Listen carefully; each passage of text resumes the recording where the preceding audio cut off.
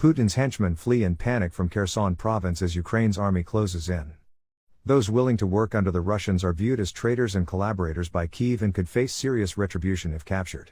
Vladimir Putin's henchmen are reported to be fleeing in panic from Kherson province, as Ukraine's army makes further advances on the southern front.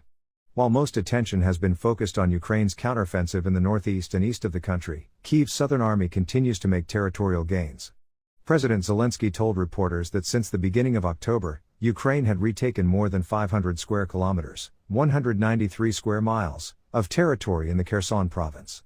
Ukraine's steady advance has spread panic among Russian-appointed officials in occupied parts of Kherson.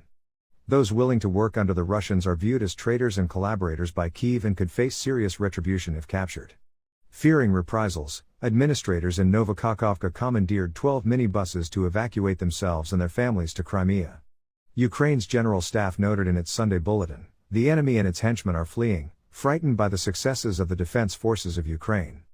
Representatives of the occupying authorities of Novokakhovka are taking their families to the temporarily occupied territory of the Autonomous Republic of Crimea. According to available information, on October 7, a convoy of 12 minibuses left for the city of Sevastopol. Novokakhovka is a key target for Ukraine's commanders, whose capture would have serious consequences for the Kremlin. The town is the site of a hydroelectric dam and a vital bridge that crosses the Dnipro River. The bridge is one of only two that Russia's army is able to use to supply its 25,000 or so troops on the western bank of the river. The other, the Antonivsky Bridge in Kherson City, has been rendered all but unusable by HIMARS strikes. The capture of Novokakhovka would in effect cut off supplies to Russian troops on the western bank and lead to inevitable defeat. Moreover, the reservoir behind the dam at the hydroelectric station is a source of fresh water for Crimea. The reservoir allows water to flow down the North Crimean Canal into southern parts of Ukraine and onto the peninsula. A former Italian army officer pointed out that Putin's army only has bad options if it is forced to abandon its defensive positions on the west bank of the Dnipro. Thomas Thenner noted that the Russians would have to retreat either over the Novokakhovka Dam or over the Inhulets River. He explained, if they retreat over the dam, they will have to leave all their heavy vehicles behind. If they retreat over the Inhulets, they will have to abandon most of their vehicles for lack of fuel. And if the Russians retreat over the Inhulets, the Ukrainians can cross the Dnipro and establish a bridgehead on the left bank, from which they can attack towards Crimea and Melitopol. At Kakhovka they can also cut the water to Crimea. In short, the Russians only have bad options. Ukraine's Southern Operational Command reports on Saturday that Russian forces continued to shell areas along the line of contact to prevent Ukrainian advances. The Russians were also said to be establishing new defensive lines in the Borislav and Novokakhovka areas. Crimea bridge attack just the beginning as two more targets identified. A huge explosion that crippled the vital bridge linking Russia with Crimea is only the beginning, Vladimir Putin was warned last night. In fact, experts say, the targeting of the crucial 12-mile road and rail bridge is just the first of three operations needed to make occupation of the peninsula untenable for Russia. The Kerch Strait Bridge, a crucial supply route for the Russian forces who have taken control of most of southern Ukraine's Kherson region, is deemed Putin's pet project and was opened to great fanfare 4 years after Russia annexed Crimea in 2014. Russia last night maintained that the blast that destroyed one carriageway of the £3.3 billion bridge was caused by a suicide bomber in a red lorry packed with explosives, which then detonated a nearby fuel train. However, officials could not explain how the vehicle had managed to bypass sophisticated X-ray equipment which lined both entrances to the bridge, and video examination of the explosion revealed it was probably caused by an underwater kamikaze drone deployed by Ukrainian special forces. Kyiv would not confirm it was responsible, with an SBU Ukrainian Secret Services spokesman saying that the role of the Kyiv intelligence agents in the bridge destruction would be revealed after victory in the war. "We are not commenting on it. The role of the SBU or any state body of Ukraine in the blast will be commented on after our final victory," said SBU spokesman Artem Dyatyrenko. But a Ukrainian presidential advisor posted a message on Twitter saying the incident was just the beginning, while Alexei Danilov, head of Ukraine's National Security and Defense Council, posted a video of the burning bridge on social media alongside a video of Marilyn Monroe singing "Happy Birthday, Mr. President." Putin turned 70 on Friday. Estonian Foreign Minister Urmas Reinsalu said, "Estonia certainly welcomes this and congratulates the Ukrainian Special Forces units who were probably behind the operation. While the bridge can be rebuilt, the fact that it was attacked with such impunity will cause disquiet in Moscow.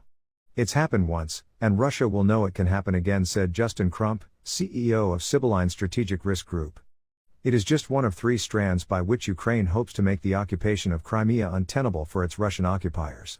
Kyiv knows that even the most hawkish of Western governments won't at this time support a full invasion of Crimea. The red line has been made clear by Moscow, he said. So their aim is to make it uninhabitable. He says Ukrainian forces are now in a better position than ever before to achieve this by also targeting the peninsula's water supplies and the so-called gateway to Crimea land bridge of Melitopol, which is the main transit hub linking it with Moscow. One of the reasons for the February 24 invasion, experts say, was to restore water supplies to Crimea which had been turned off by Ukraine. Russian forces unblocked the North Crimean Canal and restored water supply in the first 4 days. Crimea was virtually unfarmable at the start of this conflict. It is still suffering from shortages now, though Russia denies this, said Crump. But the North Crimean Canal is now vulnerable to short-range Ukrainian artillery, as we should expect action there soon. Mariupol has already been targeted by Ukrainian artillery and this may be the focus of Ukraine's next action, he said. If Russia loses land links and control of the water supply once more, occupation becomes untenable. The attack caused fury among Russian hardliners. Yuri Podolyaka, a popular pro-Russian blogger, said, "It looks like this is the prelude to the main strike of the Ukrainians in the south. If over the next few days Ukraine does not plunge into darkness and strikes are not carried out on the bridges across the Dnieper, I personally will consider it a sign of an epic failure." But Moscow's suspected sabotage of a German train network yesterday shows it is willing to use any methods at its disposal to dissuade the West from continuing to support Ukraine. According to German security sources, cables for Deutsche Bahn's communication network had been cut in 2 places. The 3-hour disruptions affected rail services through the states of Lower Saxony and Schleswig-Holstein as well as the city-states of Bremen and Hamburg, with a knock-on effect to international rail journeys to Denmark and the Netherlands. This is exactly the asymmetric response by Russia that NATO is concerned about, said Crump. Despite not providing heavy armor, Germany is still the 4th biggest donor of military aid to Ukraine. Putin is a German specialist, and he wants to stir up anti-war sentiments and economic pain to increase the cost of Western support of Ukraine, which he cannot do through military means. The exodus of 1 million Russians in recent days has only increased the likelihood of infiltration. Russia's forces left occupied Donetsk towns running and panicking as Kyiv pushes east. Ukrainian President, Volodymyr Zelensky, ruled out the possibility of a diplomatic resolution to the war with Putin after Russia annexed the 4 regions of eastern and southern Ukraine.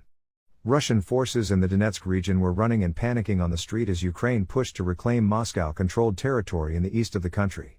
Donetsk, part of the embattled Donbas region of eastern Ukraine, is one of 4 regions announced as annexed by Moscow at the end of last month.